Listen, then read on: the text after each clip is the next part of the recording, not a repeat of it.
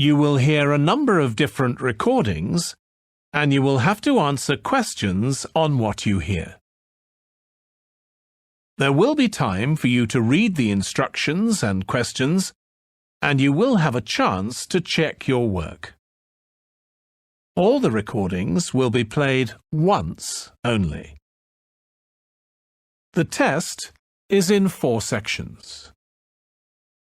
At the end of the test, you will be given 10 minutes to transfer your answers to an answer sheet. Now turn to Section 1.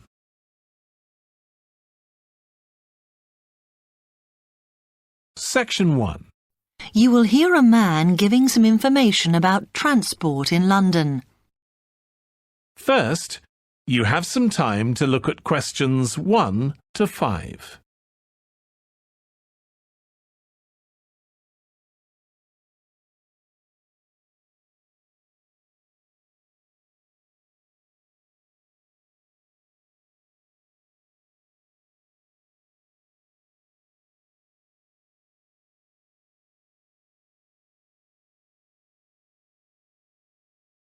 Hello, can I help you? Yes. I was wondering what the best way was for me to get around London. Well, there are a lot of possibilities. As you probably realise, the main ways to get around are bus, train and tube. The Underground. It depends how much you want to spend. All forms of transport offer special tickets, such as cheap day returns on the trains and so on. Overall, you'll spend less on the bus, as it operates on a basic flat fare for each journey. But of course it may not go to where you need to travel to. The mainline trains only operate in the outlying areas, though a few cross London, whereas the tube has stations which are placed in central areas of the city, close to the main sites and shops. Obviously there are more bus stops, but you will probably have to change buses to get where you want, which can be inconvenient. You will find that the buses are mainly in the central areas, but some tube lines go quite a long way out of London, so you could use this for longer journeys. Having said that, the tubes do get very crowded, so you should use the train if you want to sit down. It does depend where you're travelling to. Well, I'm living on the outskirts, but I have to travel into London to college every day, and then around London when I'm here. OK, so time is going to be an issue for you. The tube should be fast crossing London, but quite honestly, there are so many delays that it's not very efficient. Again, the train has fewer stops, so is probably your quickest option to get to and from college. Of course, which service you use might depend on how frequent it is. I mean, the trains might only be every 20 minutes or whatever, but a timetable is published to save you hanging around. There are a lot of tube trains at busy times of day, but fewer at other times. Whereas the buses run every 5 minutes through most of the day, and there are night buses. But you'll need to check out your route first. Before you hear the rest of the conversation, you have some time to look at questions 6 to 10.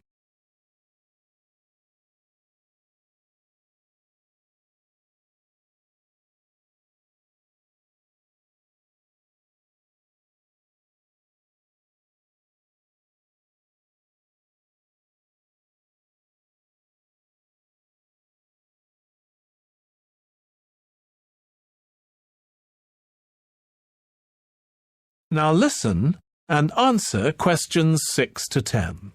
You will hear part of a lecture on the current and future use of mobile phones.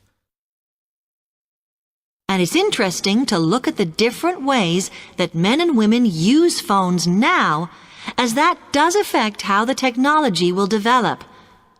Some research has been done on how people use phones, and some of the results are surprising. One of the increasing usages of mobile phones is to get all sorts of data, such as phone numbers, the weather, train times, etc. And while there's been an attempt to set up connections with things that women might be interested in accessing, It is overwhelmingly men who do this. But what about the traditional use of a phone? To speak to people? I suppose we would predict that it is mainly women who use phones as a method of contact for friends and family, but, in fact, the genders exploit this facility equally. I've spoken about the increased business usages that phones will offer, and I suppose we would associate this usage with men. The survey picked up, though, that women are often working from home or catching up with work in the evenings, so they use phones in this way as much as men do.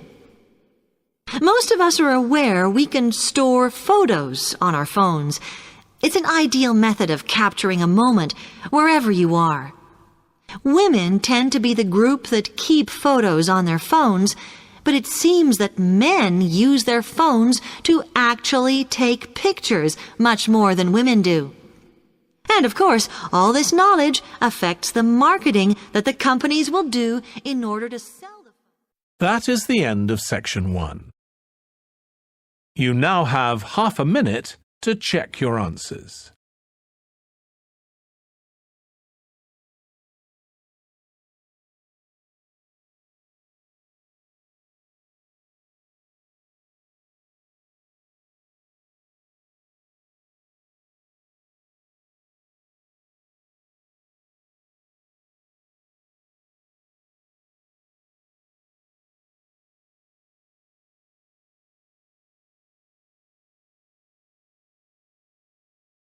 Now turn to section 2.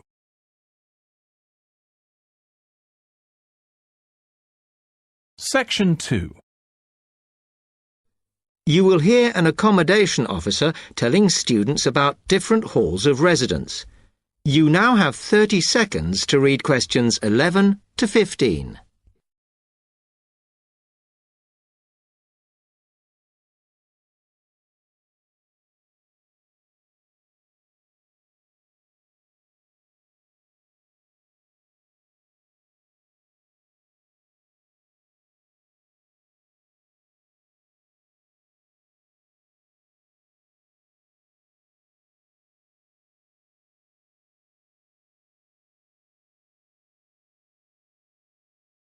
Good afternoon, and welcome to Stanton University.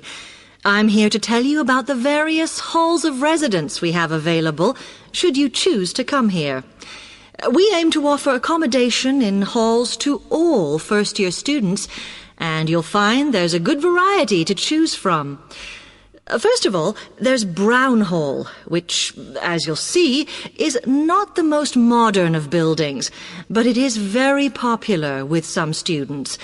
It's got a good sense of community, some nice refurbished kitchens, and unlike the other halls, it has recently had a gym built in its basement.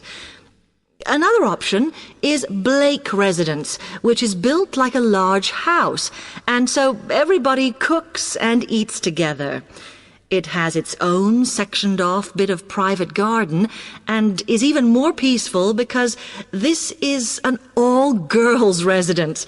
Although, of course, boys are allowed to visit the hall and, I understand, frequently take part in cooking dinner. The largest hall we have is Queen's Building, and this has been upgraded recently. The original parking area has been built on so that the hall now has a large common room, and each bedroom now has its own shower room, which many students regard as a real bonus. A further option is the Parkway Flats, which won an award for design in its day. And this building now has a preservation order on it. This has meant that only a limited amount could be done to upgrade it, and the surrounding area is important, so parking is not permitted around the flats. However, the flats do have many extra facilities, such as a special computer room, a small library, and a self-service restaurant. The cost of breakfast, lunch, and dinner is covered in the fees for this hall, so it does look a bit more expensive.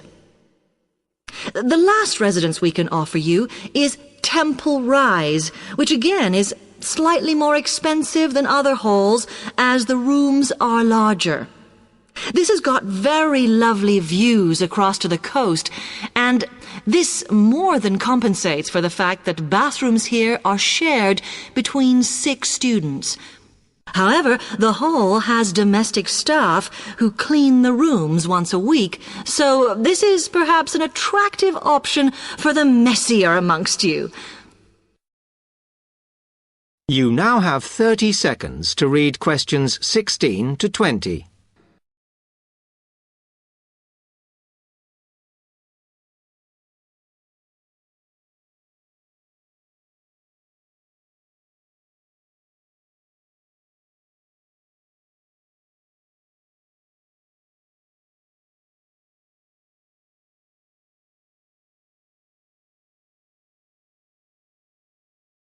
Now I'll tell you why I want to transfer between classes. Mrs. Brooks, I really like my teacher and my classmates, but I find it very hard not to speak in my own language.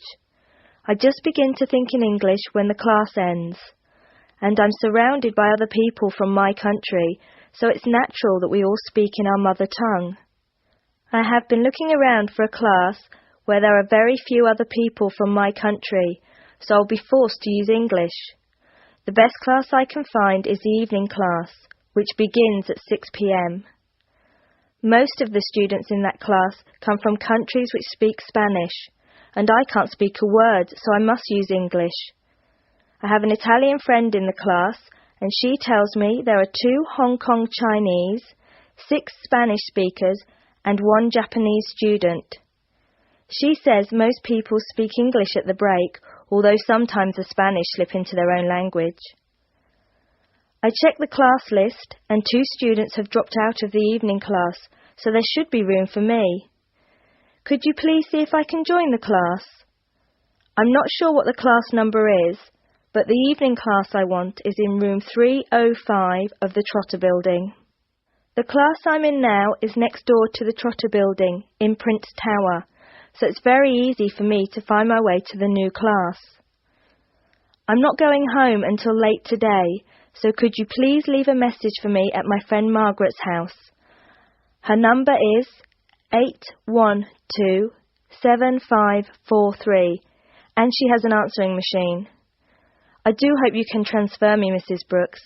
If there is any more information you need, please call me. Thank you very much. That is the end of section 2. You will now have some time to check your answers.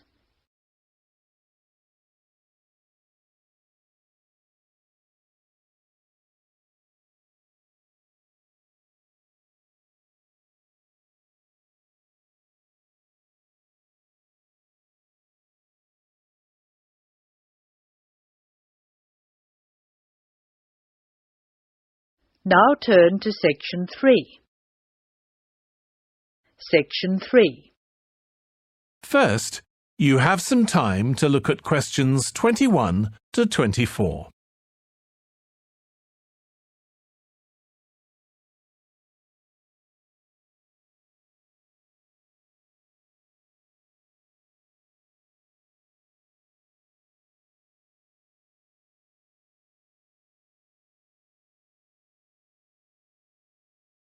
Now listen carefully and answer questions 21 to 24.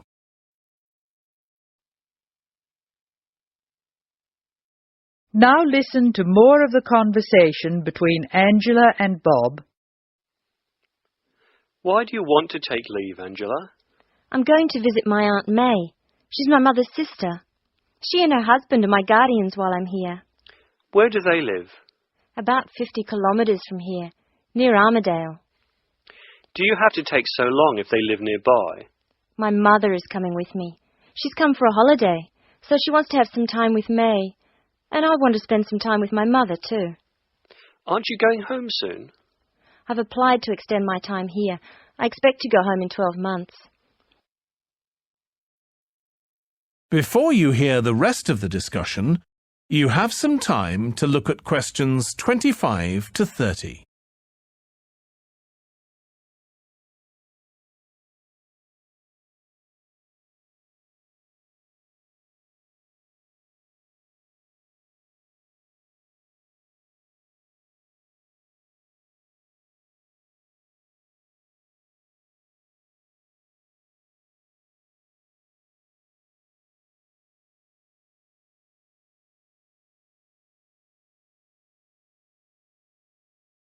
Now listen and answer questions 25 to 30. Okay, what do we have to do now for the project? What's the best way to go about it? Well, Professor Carter suggested we set up a focus group to get some in-depth interviews, but I think that'll take a lot of time. Yeah, I agree. If we did a focus group, we'd have to spend time deciding who to include in it, and it's not necessary to do one anyway. Oh, fine. And if you agree, I think we should get in touch with the businesses on the list Professor Carter gave us and ask them if they're prepared to participate. Sounds good.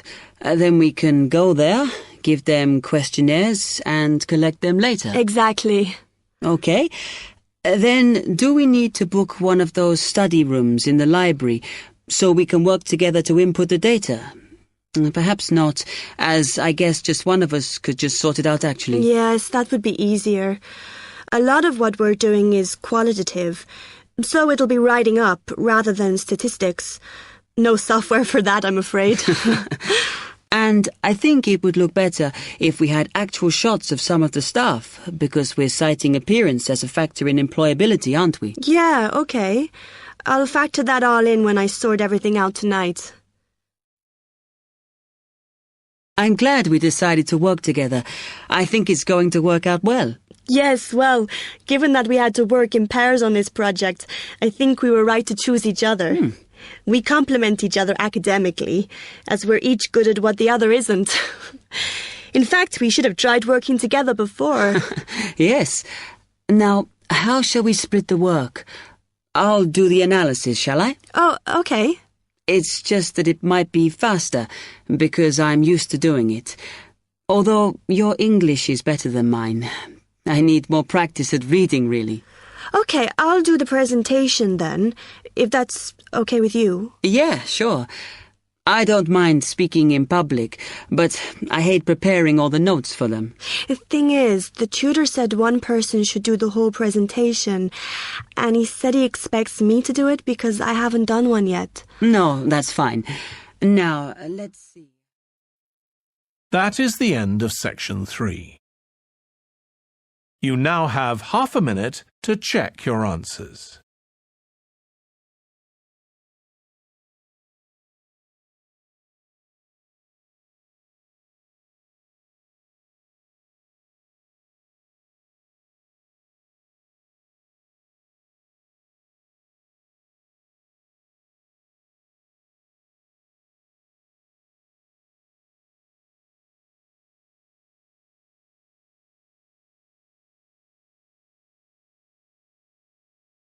Now turn to section 4.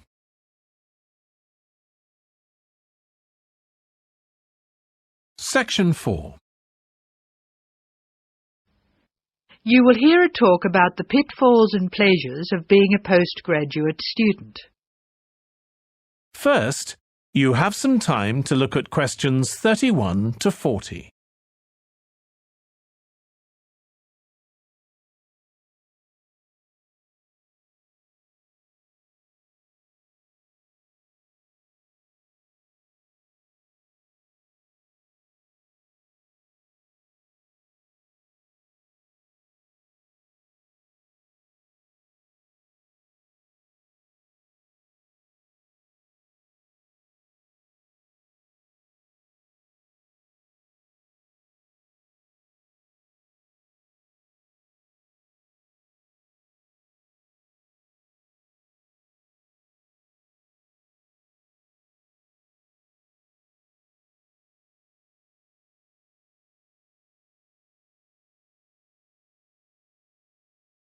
Now listen carefully and answer questions 31 to 40. Postgraduates are about as easy to define as catching steam in a bucket. Courses can be vocational, for training, as research, as a preparation for research, or a combination of these. Also, you can choose between full-time and part-time. Increasingly, the approach to postgraduate study is becoming modular. The vast majority of postgraduates are doing short, taught courses, many of which provide specific vocational training. Indeed, there has been a 400% increase in postgraduate numbers in Britain over the past 20 years. Current figures stand at just under 400,000. People undertake postgraduate study for many reasons.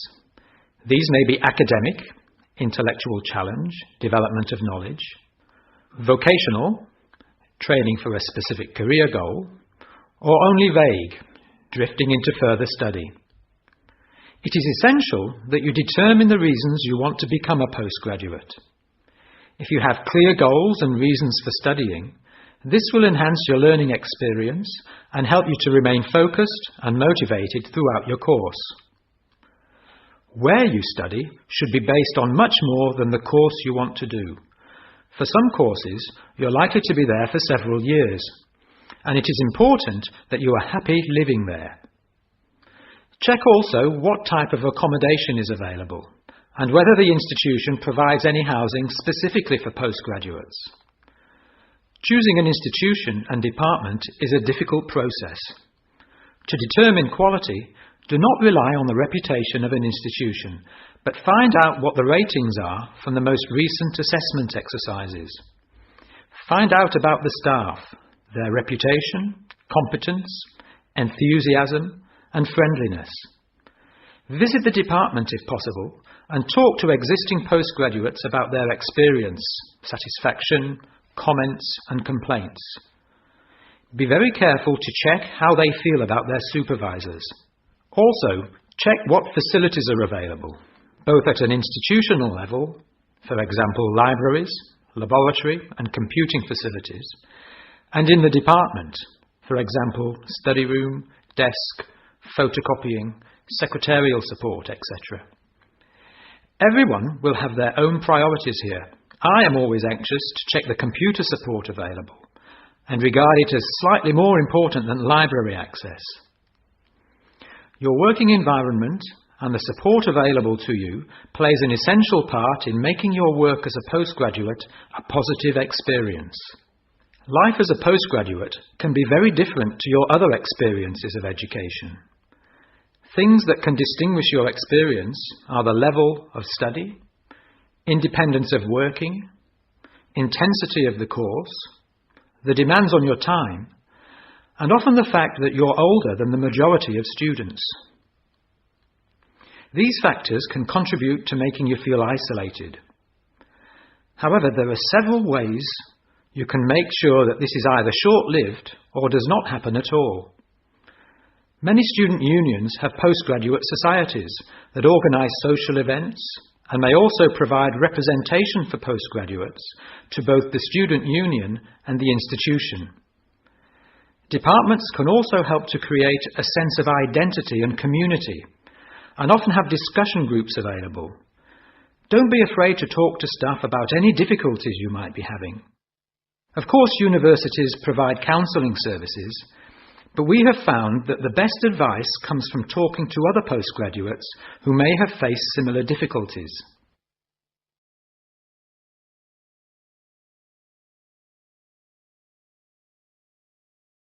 Okay, now many of you will have heard about the predicted death of newspapers, as people increasingly access the TV and the Internet for their news.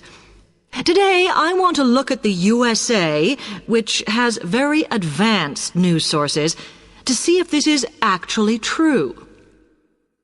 In the USA, the main news sources without doubt are TV, the Internet, and the press. That is, traditional newspapers. And although they are each surviving and growing, they are also changing. Obviously, TV news has been around for a while, and the early evening bulletins when people get in from work are very popular. I suppose we traditionally think of the morning newspaper arriving on our doorstep with the daily news. Interestingly, this is not borne out by the statistics, which show that readership in the U.S. is much higher when people have time to relax, when they're not working, especially on Sundays.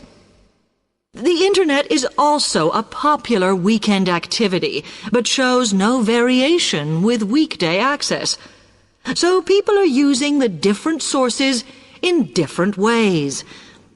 Interestingly, local radio has been hit less by the grip of quite strong local newspapers than by the Internet, which is seen to offer a better regional service. But just because the Internet is seen as the new force in news media does not mean it is dominant. Television has, of course, been global for a while. But now technological changes, which have fueled the rise of online news, have also allowed newspapers to print and distribute editions across the world. In fact, Internet news, which is seen as the big competitor for traditional markets, does not offer that much variety. Often, the sources are the online versions of the newspapers, whereas television, in order to offer something different, has had to come up with a much more mixed bag of reporting, from hard news to light reports on celebrity events. Another issue is reliability. The Internet is virtually unregulated, so anything can be reported there, whether true or not. Journalists on newspapers have fought a long, hard battle to fight intervention and to retain the freedom of the press. Television, however, is seen as critical to political power and has become subject to harsh controls about what it can or cannot say. That is the end of section 4. You now have half a minute to check your answers.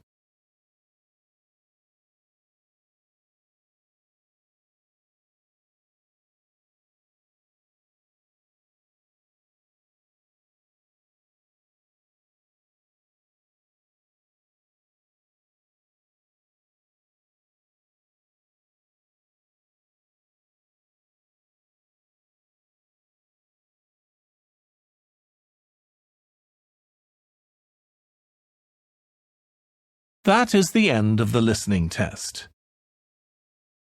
In the IELTS test, you would now have 10 minutes to transfer your answers to the answer sheet.